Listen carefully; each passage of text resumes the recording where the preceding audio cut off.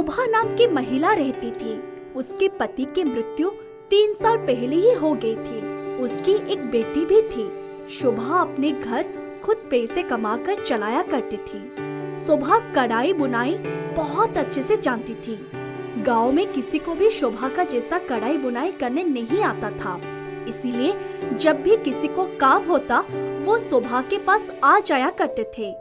शोभा खुशी खुशी उन लोगों का काम कर दिया करती थी। इसी कला के वजह से वो कुछ पैसे भी कमा पाती थी। एक बार की बात है, कुछ लोगों ने मिलकर सोचा कि गांव में एक मेला लगवाना चाहिए जिसमें सभी अपनी अपनी कला दिखा सके। जो व्यक्ति जिस भी कला में निपुण हो वो इस मेला में अपने सामान बनाकर दिखा सकते हैं और उन्हें बेच सकते हैं। गांव में चारों ओर ये बात फैल गई। सभी अपनी अपनी चीजें बनाने में लग गए। कोई मिट्टी के बर्तन बनाने में लग गया तो कोई सजावट के सामान बनाने में। शोभा की बेटी दौड़ती दौड़ती शोभा के पास आई और बोली, माँ, गांव में मेला लगने वाला है। सभी अपनी अपनी कला दिखाने वाले हैं। क्यों ना आप भी उसमें शामिल हो? शोभा ये सुनकर बहुत खुशी हुई। शोभा ने सोचा कि वो भी नई नई चीजें बनाएगी और सभी को दिखाएगी। बहुत दूर दूर तक मेले की चर्चा होने लगी। आसपास के गांव के लोगों को भी उसमें हिस्सा लेने को कहा गया। मेला लग चुका था। सभी अपने अपने सामानों को दिखा रहे थे।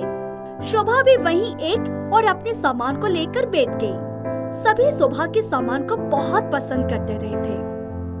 गांव के मुखिया जी के घर में शहर से उनका भांजा आया हुआ था। वो भी मेला देखने मुखिया जी के साथ आया। उसने भी शोभा के सामान को देखा। उससे शोभा की सारी चीजें बहुत खूबसूरत लगी। वो मुखिया जी से बोला, ये सामान तो बहुत खूबसूरत है। मैं इनमें से कुछ सामान खरीद लेता हूँ। हाँ, हम सभी को शोभा के हाथों की बुनाई बहुत पसंद आती है। तुम भी कुछ ले लो। उसने शोभा से कुछ सामान खरीद ली। आपकी कला तो बहुत ही अच्छी है। आप चाहे तो अपनी कला से बहुत कामयाब हो सकती हैं। बेटा, मैं गांव में सभी लोगों की मदद कर देती हूँ। सभी मेरे काम की पसंद करते हैं। बस इतना ही काफी है। नहीं नहीं, मैं सिर्फ इस गांव की बात नहीं कर रहा हूँ। लोग अक्सर मशीनों का इस्तेमाल करते हैं इन कामों को करने के लिए, लेकिन उनमें वो बात कहाँ है जो हाथ से बनी चीजों में होती है। आप चाहे तो अपने सामान शहर ले जाकर बेच सकती हैं और अच्छे पैसे कमा सकती हैं। शोभा को अमन की बातें बहुत अच्छी लगी। शोभा अमन से बोली, क्या आप मेरी मदद करेंगे इस काम को करने में? हाँ हाँ, क्यों नहीं, मैं जरूर आपकी मदद करूंगा। अमन ने शोभा को सारी बातें समझा दी कि आखिर कैसे वो अपने सामान को शहर तक ले जा सकती है और बेच सकती है। अमन ने शहर के कुछ दुकानदार से शोभा की जान पहचान करवा दी। शोभा को उसका पहला ऑर्डर मिला। शोभा ने अपनी पूरी मेहनत लगा दी उस ऑर्डर को पूरा करने में। ऑर्डर समय पर बनकर तैयार हो गया। शोभा और उसकी बेटी ने सारे डब्बे तैयार कर लिए। फिर उन लोगों ने उसे शहर पहुंचवा दिए। दुकानदार को काम पसंद आया। उसने शोभा को पूरे पैसे दे दिए। धीरे धीरे शोभा के पास पैसे आने शुरू हो गए। अब वो अपना घर अच्छे से चला पा रही थी। गांव की कुछ महिलाओं को शोभा की कामयाबी पसंद नहीं आई। वो शोभा से बहुत जलने लगी। एक दिन एक महिला शोभा के पास आई। शोभा, तेरा तो काम अच्छे से चल रहा है, तो मुझे भी अपने साथ काम पर रख ले। मुझे पैसा की बहुत जरूरत है।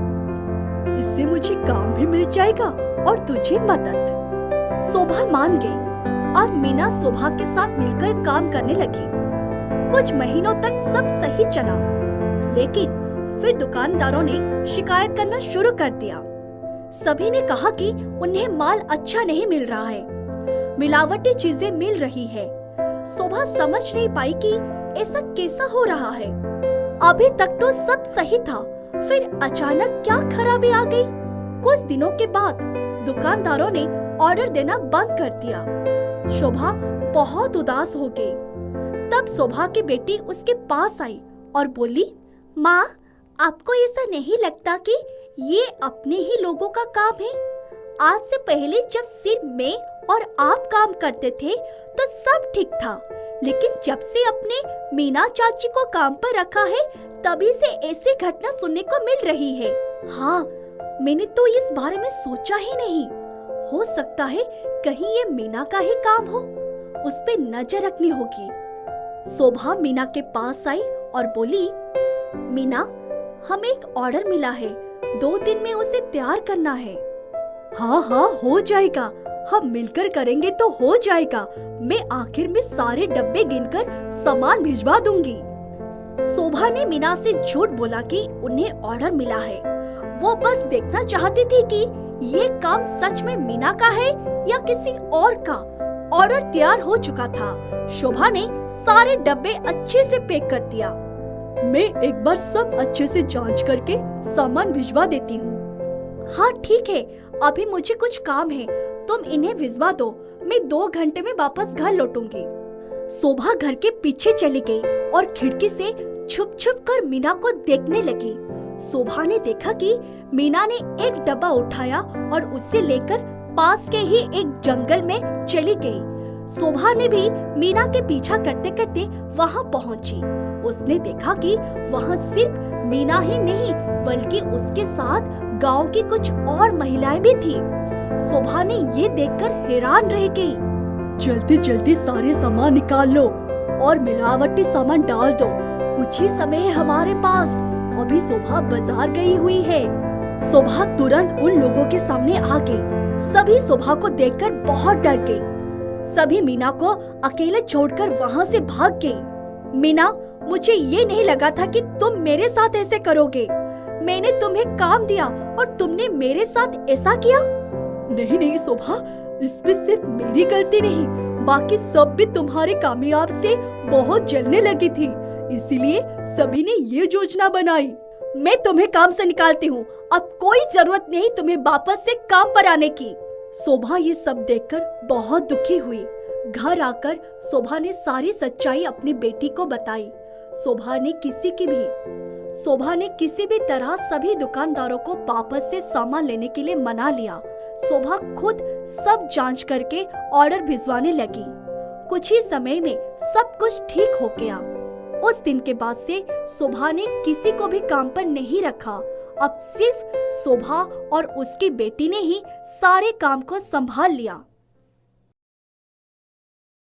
गर्मियों की छुट्टियां शुरू हो चुकी थी और सभी बच्चे गांव में अपने नाना नानी और दादा दादी के घर कुछ दिन रुकने के लिए आ गए थे। साल भर में यही समय होता था जब रामपुर की गलियों में लोगों के हंसने खेलने की आवाजें आती थी। बड़े बुजुर्गों को अपने नाते पोतों को देखने और उनके साथ समय बिताने का कुछ मौका मिल जाता था, तो फिर बच्चों के लिए भी बहुत कुछ सीखने का अवसर होता था। बच्चे तो जानते ही थे कि पूरे गांव में मस्ती करेंगे, वो अलग। रामपुर गांव में बच्चों के लिए एक छोटा सा खेल का मैदान था जो कि तालाब के पास था।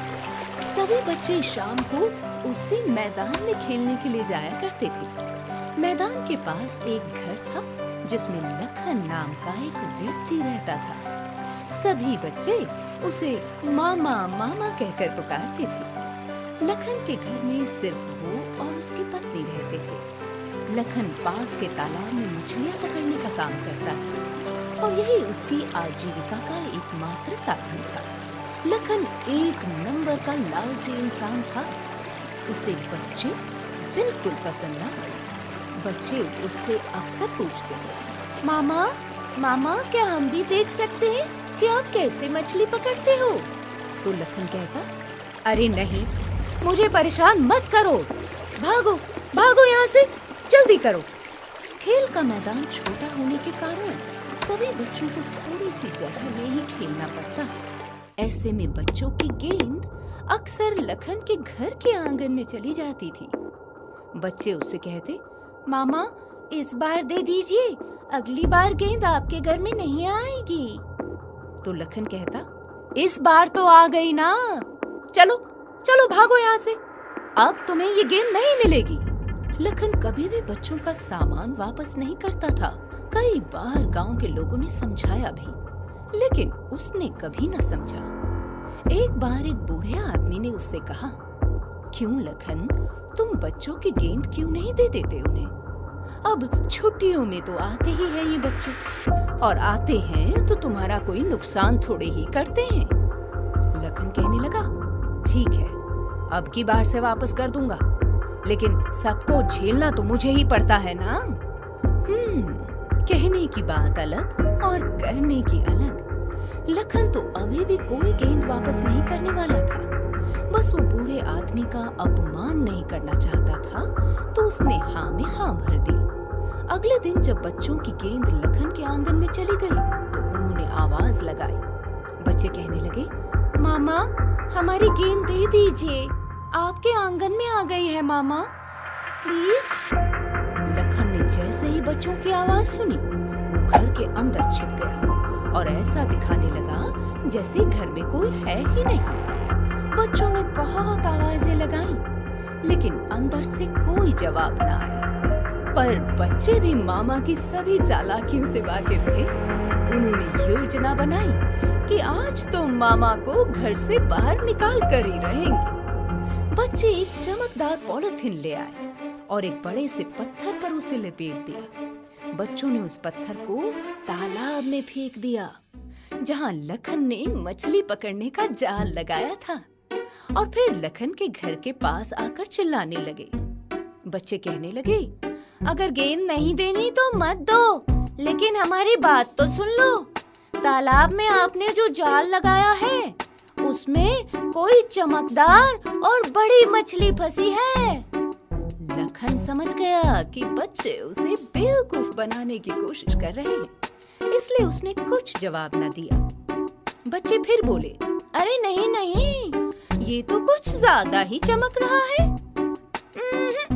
ये मछली नहीं हो सकती, शायद कुछ और ही है ना चिंटू? ए चिंटू, देख देख देख, तू उससे दूर रहना, क्या पता वो मामा की कोई कीमती चीज हो।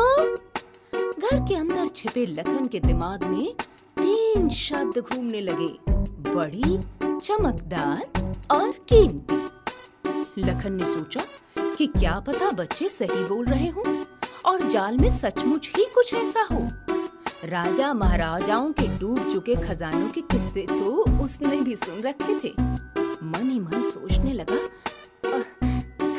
कहीं मुझसे पहले ये बच्चे उसे ना ले जाएं। इतना सोचते ही लखन ने घर से बाहर दौड़ लगाई और बच्चों के बीच से सीधा होते हुए तालाब की ओर भागा। जब लखन की नजर उस पर पड़ी, तो उसे भी लगा कि ये वाकई कोई कीमती वस्तु है। लखन ने आग देखा न ताब, सीधा जाल पर छलांग मारी और उस चमकदार चीज को उठा लाया। उसको उठाते ही वो समझ गया कि वो और कुछ नहीं, बस एक मामूली सा पत्थर है। परंतु अब सोचने समझने के लिए बहुत देर हो चुकी थी। लखन के वजन से वो जाल टूट गया। जाल में फंसी सभी मछलियां भी पानी में लौट गई